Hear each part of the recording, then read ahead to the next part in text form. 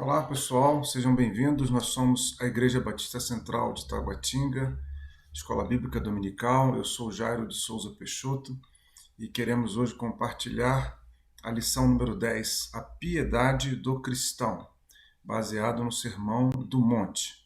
Antes, porém, queremos convidar você a estar neste momento elevando seu pensamento a Deus e orando junto conosco.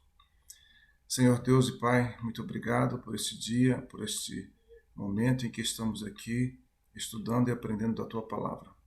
Ajuda-nos agora na compreensão do texto e na explanação da Tua Palavra. É a oração que fazemos em nome de Jesus. Amém.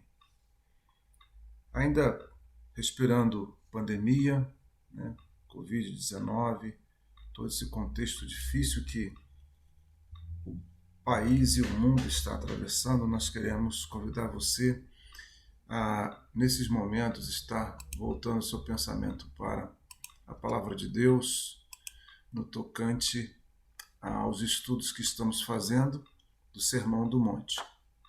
E esses estudos já têm sido muito bem direcionados pelos nossos irmãos que nos antecederam acerca das palavras, dos ensinamentos do Senhor Jesus, especialmente nos capítulos 5 e 6 de Mateus. Quero convidar você então agora a estar conosco, vivenciando esses momentos. A piedade do cristão é o título do estudo de hoje. A piedade do cristão. O alvo é mostrar que dar esmolas, orar e jejuar devem ser praticados para agradar a Deus. Os objetivos: compreender que boas ações devem ser feitas para agradar a Deus. Desejar humildade e discrição na prática de boas ações. Contribuir, orar e jejuar não para agradar as pessoas, mas sim para agradar a Deus. Nós fizemos uma pesquisa singela sobre os 3 temas da nossa lição de hoje, com essas perguntas. Você costuma dar esmolas? Você respondeu sim, com qual frequência? Você costuma jejuar? Você respondeu sim, com qual frequência? Você costuma orar? Você respondeu sim, com qual frequência? Bom, na primeira e na terceira perguntas nós tivemos 100% de participação. Na primeira, 20% responderam semanalmente costumam dar esmolas. E 80% sempre que pedem. Segunda pergunta, você costuma jejuar? 70% respondeu sempre que há uma extrema necessidade. Ou seja, 30% não responderam. Terceira pergunta, você costuma orar? 100% respondeu diariamente. Então, nós temos unanimidade apenas em uma das perguntas, que é acerca da oração, quando todos responderam que costumam fazê-lo diariamente. Vamos ler juntos aí o texto básico, um dos textos que está ancorando o nosso trabalho de hoje para termos a noção do que Jesus Cristo falou acerca desses temas. Mateus capítulo 6, começando com o versículo 1, nos diz assim: Guardai-vos de fazer a vossa esmola diante dos homens, para serdes vistos por eles. Aliás, não tereis galardão junto de vosso Pai que está nos céus. Quando, porém, deres esmola, não faças tocar trombeta diante de ti, como fazem os hipócritas nas sinagogas e nas ruas, para serem glorificados pelos homens. Em verdade vos digo que já receberam seu galardão. Mas tu, quando deres esmola, não saiba a tua mão esquerda o que faz a tua direita, para que a tua esmola seja dada em secreto, e teu Pai que vê em secreto, ele mesmo te recompensará publicamente. E quando orares, não seja como os hipócritas, pois se comprazem em orar em pé nas sinagogas e às esquinas das ruas para serem vistos pelos homens. Em verdade vos digo que já receberam seu galardão. Mas tu, quando orares, entra no teu quarto e, fechando a tua porta, ora teu Pai que está em secreto, e teu Pai que vem em secreto te recompensará publicamente. E orando, Não useis de vãs repetições como gentios, que pensam que por muito falarem serão ouvidos. Não vos assemelheis, pois, a eles, porque vosso Pai sabe o que vos é necessário antes de vós lhe o pedirdes. E quando jejuardes, não vos mostreis contristados como hipócritas, porque desfiguram os seus rostos, para que aos homens pareça que jejuam. Em verdade vos digo que já receberam o seu galardão. Tu, porém, quando jejuares, unge a tua cabeça e lava o teu rosto, para não pareceres aos homens que jejuas, mas a teu Pai que está em secreto. E teu Pai que vê em secreto te recompensará publicamente. E o Salmo 112, dos versículos 1 a 10. Louvai ao Senhor, bem-aventurado o homem que teme ao Senhor, que em seus mandamentos tem grande prazer. A sua semente será poderosa na terra, a geração dos retos será abençoada. Prosperidade e riquezas haverá na sua casa, e a sua justiça permanece para sempre. Aos justos nasce luz nas trevas, ele é piedoso, misericordioso e justo. O homem bom se compadece e empresta, disporá suas coisas com juízo, porque nunca será abalado. O justo terá em memória eterna. Não temerá maus rumores, o seu coração está firme, confiando no Senhor. O seu coração está bem confirmado, ele não temerá até que veja o seu desejo sobre os seus inimigos. Ele espalhou, Deus necessitados, a sua justiça permanece para sempre, e a sua força se exaltará em glória. O ímpio verá e se entristecerá, rangerá os seus dentes e se consumirá. O desejo dos ímpios perecerá. Esta é então a pesquisa que nós vimos lá no início, né? Nós temos então, para a prática de esmola, 100% das pessoas que foram entrevistadas respondendo. Essa pesquisa foi feita junto aos membros da nossa igreja. Não foi um número muito grande, mas ainda assim queremos considerá-la. Quanto ao jejum, tivemos apenas 70% respondendo e a oração 100% respondeu. O que é piedade? O que é a piedade? O que é uma pessoa piedosa? Pense aí por alguns minutos, sem consultar, sem googar, sem olhar o dicionário, o que vem à sua mente quando se fala de piedade? O que vem à sua mente quando se fala de uma pessoa piedosa? É uma pessoa que tem dó das pessoas, tem pena, ela tem compaixão, ela é uma pessoa benemérita, uma pessoa que age com benevolência para com os outros, para com o próximo. Então vamos ver. Piedade é demonstração de amor ou afeto pelas coisas religiosas, devoção, a pessoa devota. Compaixão pelo sofrimento de uma outra pessoa, misericórdia, misericordioso, misericordiosa. Virtude que possibilita oferecer a Deus o culto que ele merece. Etimologia da palavra piedade, do latim pietas atis.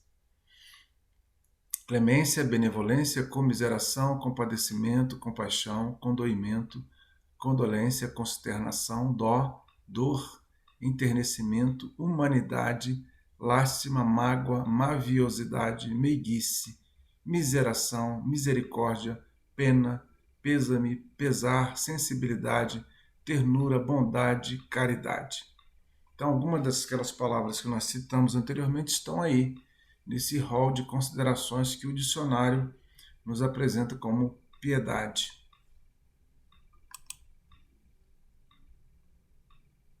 Agora eu gostaria que você escrevesse aí no chat 3 respostas, né? Pode colocar na sequência. A oração marcou a minha vida quando? Escreva aí. Quando a oração marcou a sua vida? Se você quiser descrever o fato de forma resumida, pode descrever. Mas eu vou dizer que a oração marcou a minha vida em vários momentos, especialmente quando Deus respondeu o nosso pedido de socorro em relação a uma situação que nosso filho passava. Fui abençoado por praticar uma ação social, ajudar alguém. Quando?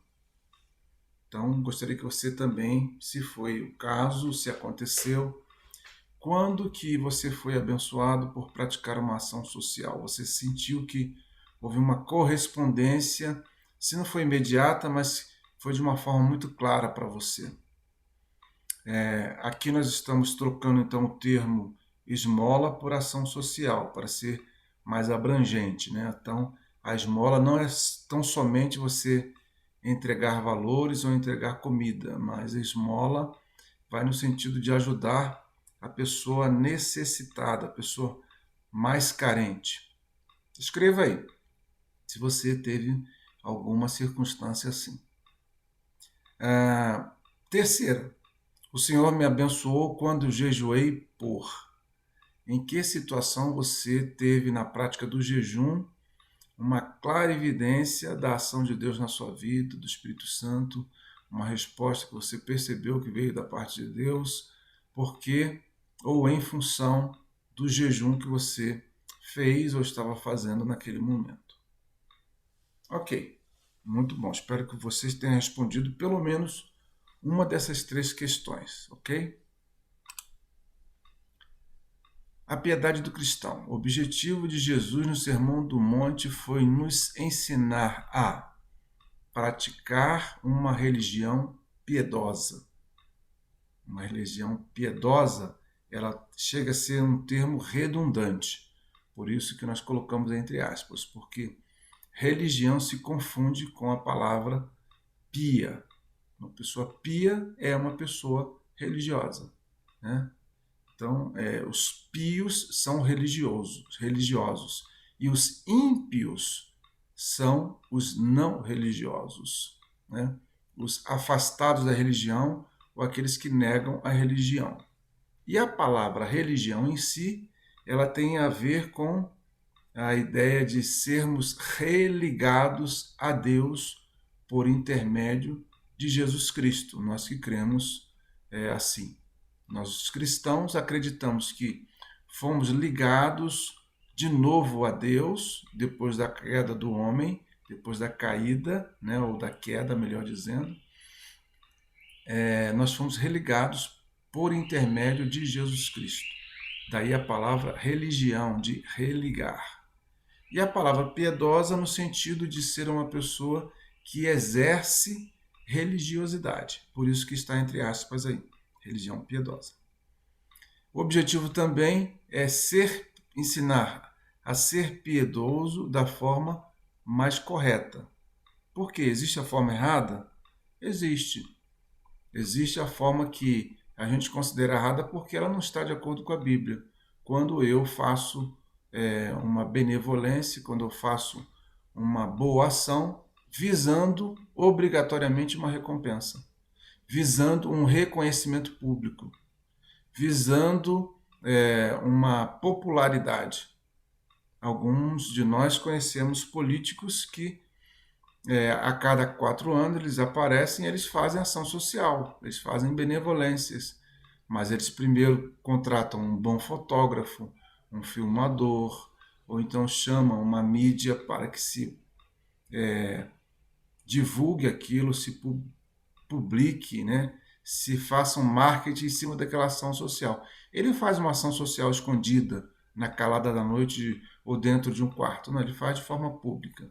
Então, não é a forma mais correta. E também o objetivo de Jesus nos ensina a buscar agradar a Deus por intermédio dessa ação social, como diz lá os ensinos de Tiago. Então vamos para a primeira parte do estudo. Mateus 6, de 2 a 4, fala-nos sobre a esmola. Né? E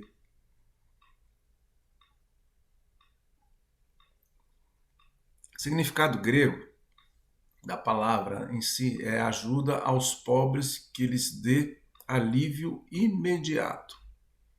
Então, pode não ser necessariamente dinheiro, pode ser alimento, pode ser medicamento, pode ser palavra de consolo, né? E aqui o pobre não é necessariamente o pobre financeiramente, mas o pobre é aquele que está sem recurso diante de uma situação. E você pode estar diante de uma pessoa rica, poderosa economicamente falando, mas que se encontra num estado de lamúria, num estado de penúria, melhor dizendo. Por exemplo, aqueles que têm ideação suicida, aqueles que se refugiam nas drogas, aqueles que têm problemas relacionais e num dado momento da vida ele se acha completamente perdido a ponto de querer tirar a sua própria vida, tirar a vida de outro, explodir um lugar público onde tenha várias pessoas como resposta à sua dor. Então, esmola ajuda a pessoa necessitada, que nesse caso se encontra no estado de pobreza. Nós temos algumas passagens interessantes aí que eu queria registrar com os irmãos. Diz assim em Deuteronômio 15:11: Pois nunca deixará de haver pobre na terra, pelo que te ordeno, dizendo: livremente abrirás a tua mão para o teu irmão, para o teu necessitado e para o teu pobre na tua terra. Atos 20:35: Tenho-vos mostrado em tudo que, trabalhando assim, é necessário auxiliar os enfermos e recordar as palavras do Senhor Jesus, que disse: mais bem-aventurada coisa é dar do que receber. Lá em Efésios, capítulo 2, versículos 8 a 10. Porque pela graça sois salvos, por meio da fé. Isto não vem de vós, é dom de Deus, presente de Deus. Não vem das obras para que ninguém se glorie, porque somos feitura sua, criados em Cristo Jesus para as boas obras, as quais Deus preparou para que andássemos nelas. Então aqui nós vemos três situações em que somos instados, somos motivados pela palavra de Deus a ajudar as pessoas mais necessitadas, de diversas formas.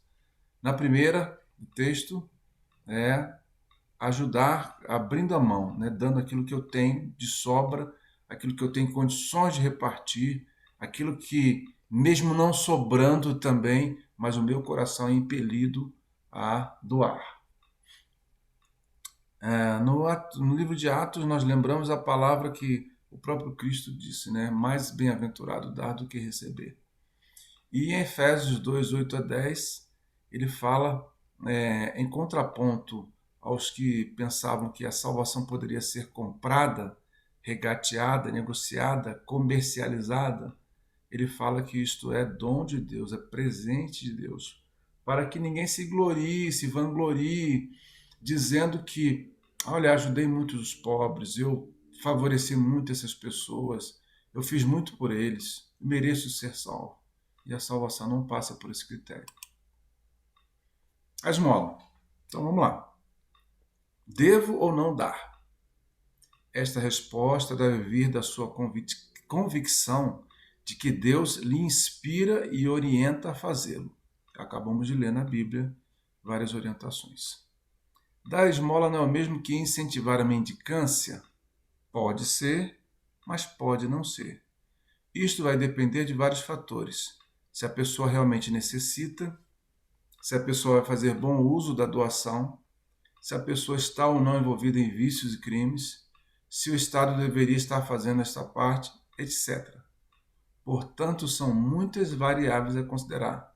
Então, peça a Deus a correta direção. E lembre-se que a palavra que Cristo falou é mais bem-aventurado dar do que receber. E ele não fala sobre a outra pessoa. Ele fala da pessoa que está dando e não da pessoa que está recebendo. A Bíblia fala sobre o tema? Sim. Em vários momentos somos instados a dar e fazer com alegria por ajudar o próximo, não apenas gesto de amor, mas também do que recebemos de Deus.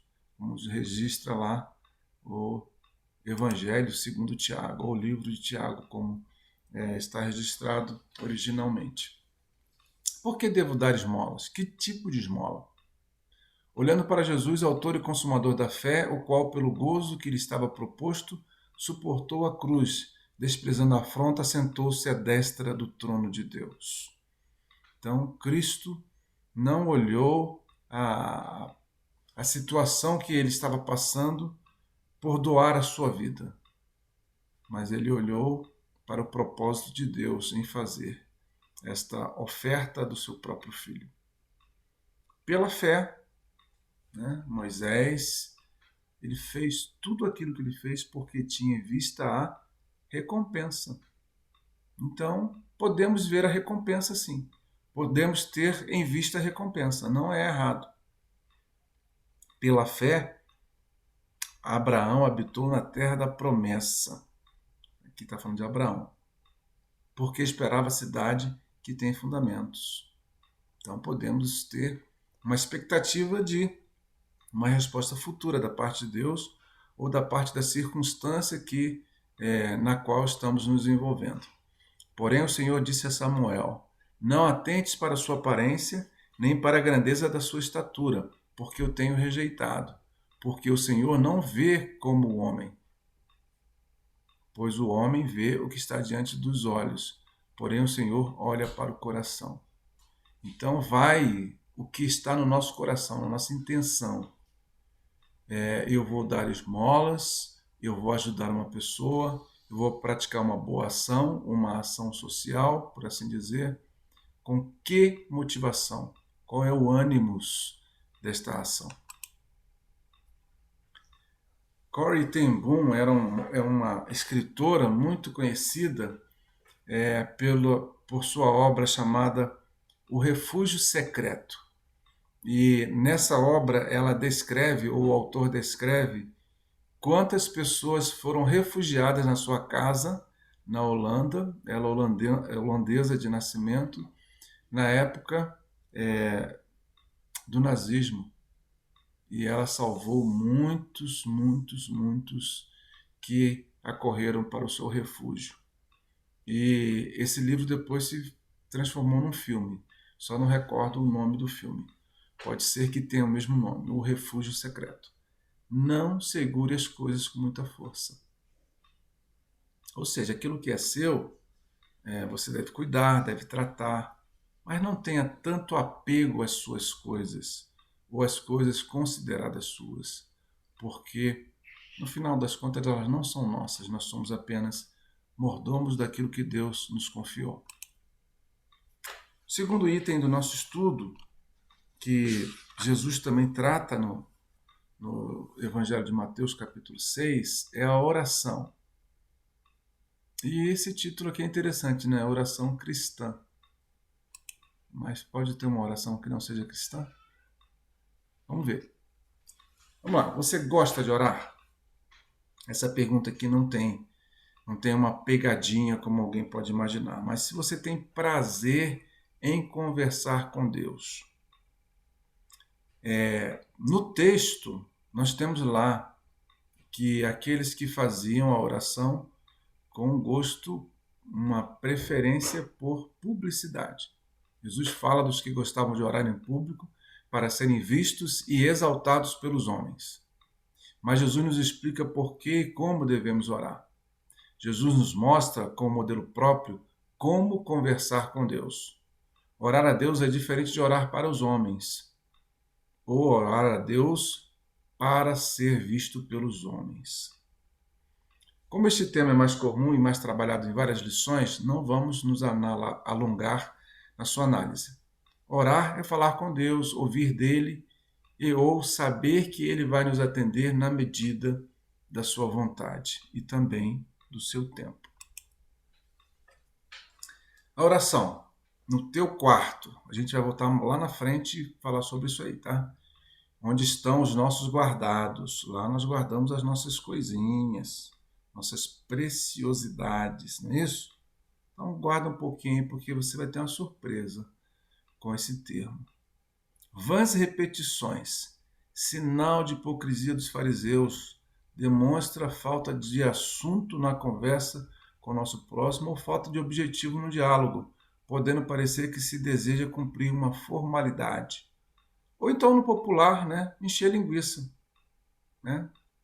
Fica repetindo, repetindo, repetindo, e isso não vai comover o coração de Deus porque eu estou repetindo as palavras.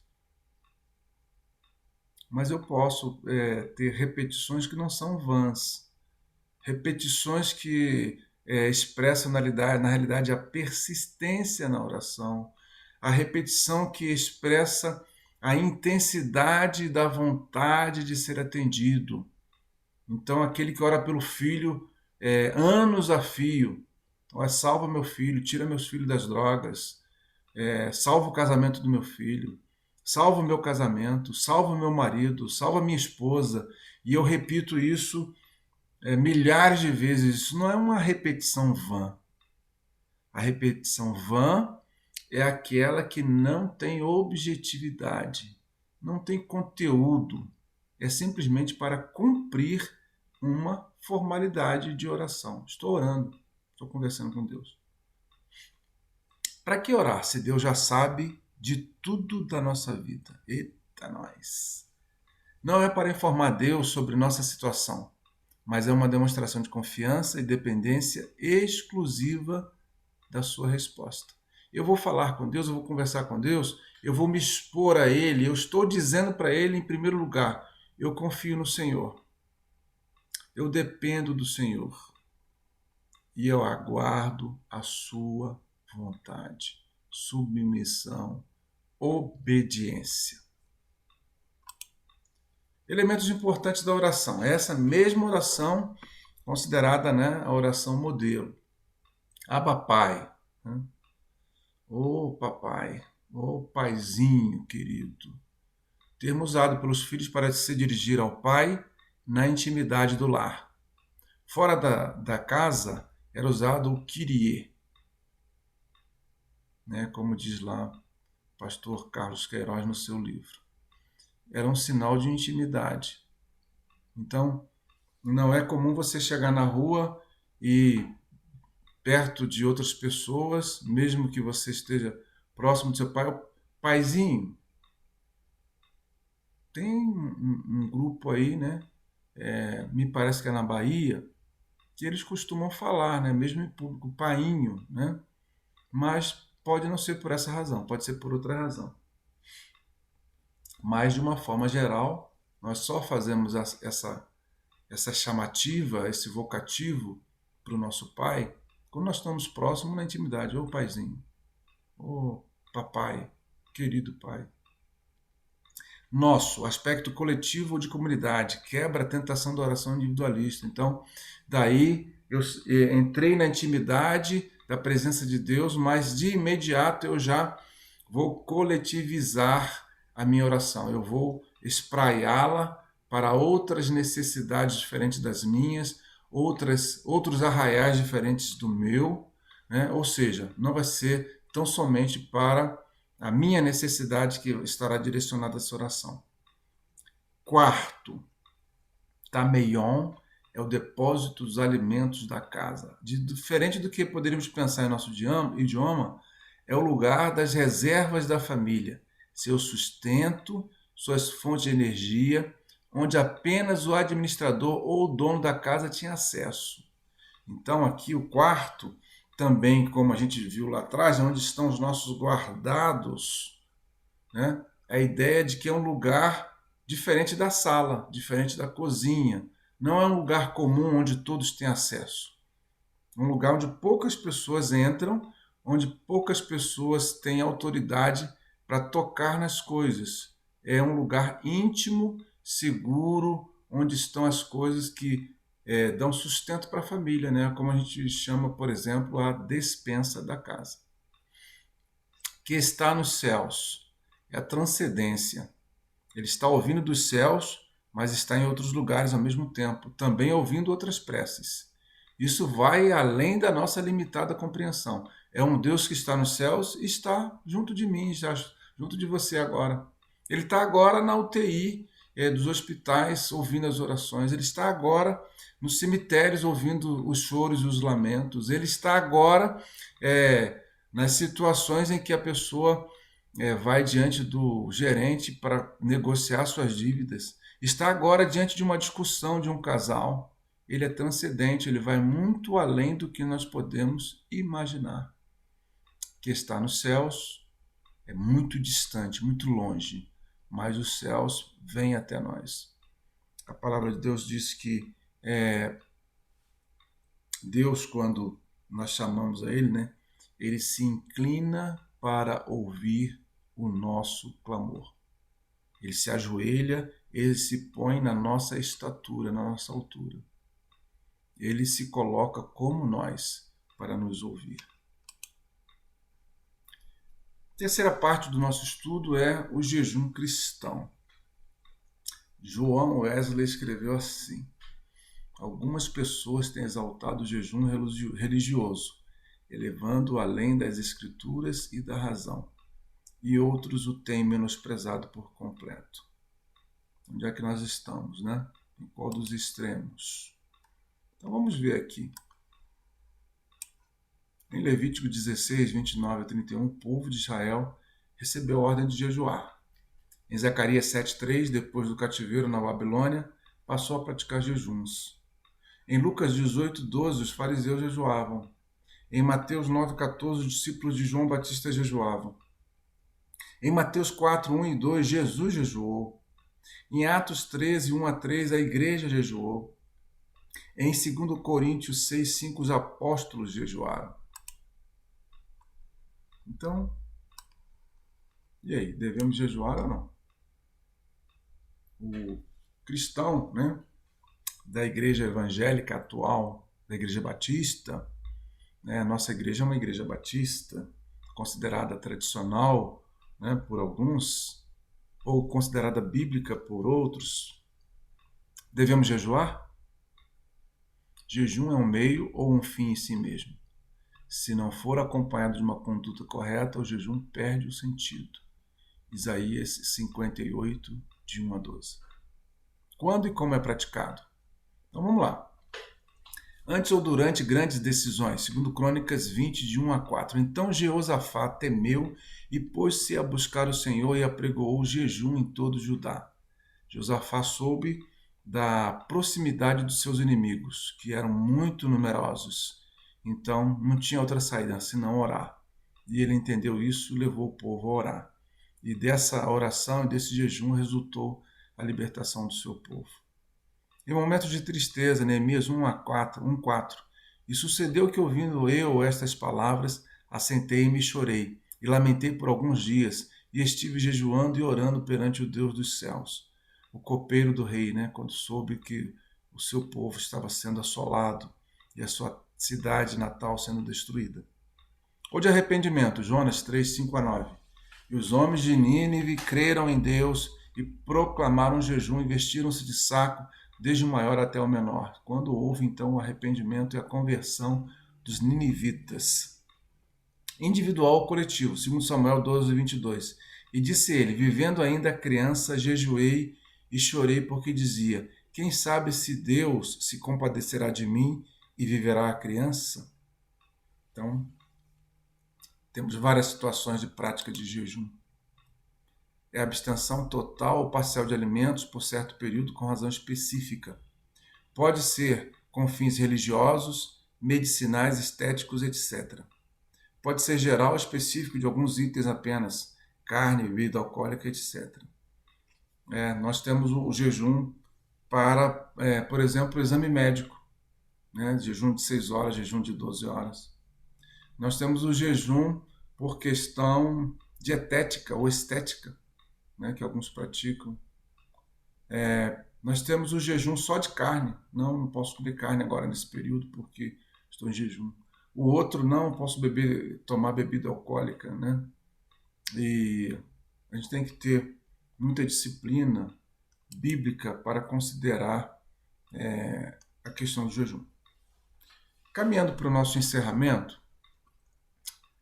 quando a gente estuda a palavra de Deus, ela sempre deve nos levar para alguma medida de transformação, de mudança, porque implica em nós responsabilidade. Responsabilidade por não ignorarmos mais esta revelação da palavra de Deus. E uma conversa que às vezes eu levo para os embaixadores do rei é que desde o menorzinho, né, que temos um menino lá de 5 anos, ele está ouvindo lá e eu falo para ele, olha, você é responsável pelo que você ouviu. E a gente não pode sair igual como entrou. A gente não pode sair desse estudo bíblico igual em relação à esmola, à oração, jejum, né? Ou trazer aqui esmola no sentido das boas obras, da ação social. E o que fazer? O texto de Mateus 25, 42, 43 fala de Jesus conversando com os seus discípulos e os seus discípulos perguntam, mas Senhor, quando foi que nós te vimos com fome ou com sede ou nu? Quando é que aconteceu isso? A gente não lembra dessa história. E Jesus responde, né? Porque tive fome e não me deste de comer. Tive sede e não me deste de beber. Sendo estrangeiro, não me recolhestes. Estando nu, não me vestistes. E enfermo e na prisão, não me visitastes. Quando assim o fizestes a um dos meus pequeninos. Pequeninos aqui são todos aqueles desfavorecidos, todos aqueles que estão diante de nós e que precisam de alguma ajuda que nós temos em mãos. Seja pela oração, seja pelo jejum, seja pela oferta de bens que nós temos em mãos, seja por recursos emocionais que a palavra de Deus nos dá, seja por recursos psicológicos, recursos técnicos, seja por relacionamentos que nós podemos iniciar com as pessoas no chamado relacionamento discipulador. O que nós vamos fazer? Então, uma das ações que nós temos na nossa igreja, no Ministério da Ação Social, é a Madrugada do Carinho. E nós queremos convidar você, então, agora no final desse estudo, a fazer parte desse ministério ou visitar. Vamos para a rua. Lá nós temos uma equipe que trabalha com os menos favorecidos das ruas nas madrugadas. E nós queremos então essa ação na primeira sexta-feira de novembro, bem próximo agora, às 22 horas, na nossa sede da IPTG, ter um encontro, conversar com vocês, né, por meio de uma palestra, explicando como é o trabalho, como funciona, para que você conheça. E se você sentiu no coração de sair, fazer então uma saída experimental com esse grupo. Nós temos aí uma equipe de voluntários, né, que são cerca de 10 a 15 irmãos que participam, e mais um outro grupo que participa na preparação do lanche, e outro grupo que participa no esteio da oração, nos sustentando então durante as saídas, né, e no período, não, se não todo o período parcial, nos sustentando em oração, porque é um trabalho muito bonito, muito gostoso de fazer, muito interessante, mas também muito melindroso e que precisa de muita segurança. Então, como uma das formas de responder à nossa lição de hoje, no aspecto da boa ação, das boas obras, da ação social, nós teremos essa ação e queremos convidar você para participar. Essas formas vão desde a participação direta até a participação indireta no grupo de oração, certo? Então, que Deus abençoe a sua vida. Muito obrigado por estar conosco nesse período. Se você não é de Brasília, Distrito Federal, nós queremos agradecer e dizer que nós estamos aqui no Distrito Federal e caso você queira fazer parte de alguma dessas ações, pode procurar uma igreja batista próxima da sua residência, que certamente ela terá um braço de ação social também para você ajudar, para você cooperar e orar. No âmbito da nossa Convenção Batista Brasileira, nós temos um trabalho chamado Cristolândia, que atende drogadependentes no trabalho de recuperação social e recuperação espiritual das suas vidas. Você pode também procurar um desses grupos, se associar a eles, orar, contribuir financeiramente, participar das ações. Ou seja, nós temos muito o que fazer, muito trabalho. E, como diz o texto bíblico, poucos são os trabalhadores. Esperamos contar com você, que Deus abençoe. Muito obrigado e tenha um ótimo dia, uma ótima semana na presença do nosso Deus. Vamos orar mais uma vez? Senhor Deus e Pai, muito obrigado por teus ensinamentos, por tua palavra, por tuas lições. Que o Sermão do Monte possa se multiplicar em nós, calar em nosso coração a tua vontade, que o teu Santo Espírito possa nos mover às ações práticas para testemunharmos do teu amor. Abençoe e visita agora, Senhor Deus, os enfermos, especialmente aqueles que estão sofrendo com a Covid-19, aqueles que estão internados, aqueles que estão na UTI, aqueles que estão entubados, aqueles que estão medicados em casa. Abençoa aqueles que perderam entes queridos, Senhor Deus, em razão da pandemia, em razão de outras situações. Conforta e consola, Senhor Deus, lembramos dos nossos irmãos, membros da nossa igreja que estão sofrendo, membros de outras igrejas, os nossos vizinhos, parentes, amigos. Ó Pai, que o Senhor possa abençoar a nossa nação, o Brasil, e que nós possamos estar livres dessa doença o mais rápido possível, assim como toda a humanidade. Mas que também seja um momento de voltar a atenção para a Tua Palavra, voltarmos para dependermos mais do Senhor. As vacinas curam, elas devem ser utilizadas, os medicamentos, mas nós precisamos sim da Tua cura, da Tua libertação, antes de qualquer outra vacina, de qualquer outro medicamento. Que a Tua Palavra possa nos curar e nos libertar do nosso pecado e nos purificar de toda a injustiça. Nós oramos já agradecendo, em nome de Jesus o fazemos. Amém. Muito obrigado, um grande abraço a todos. Deus os abençoe.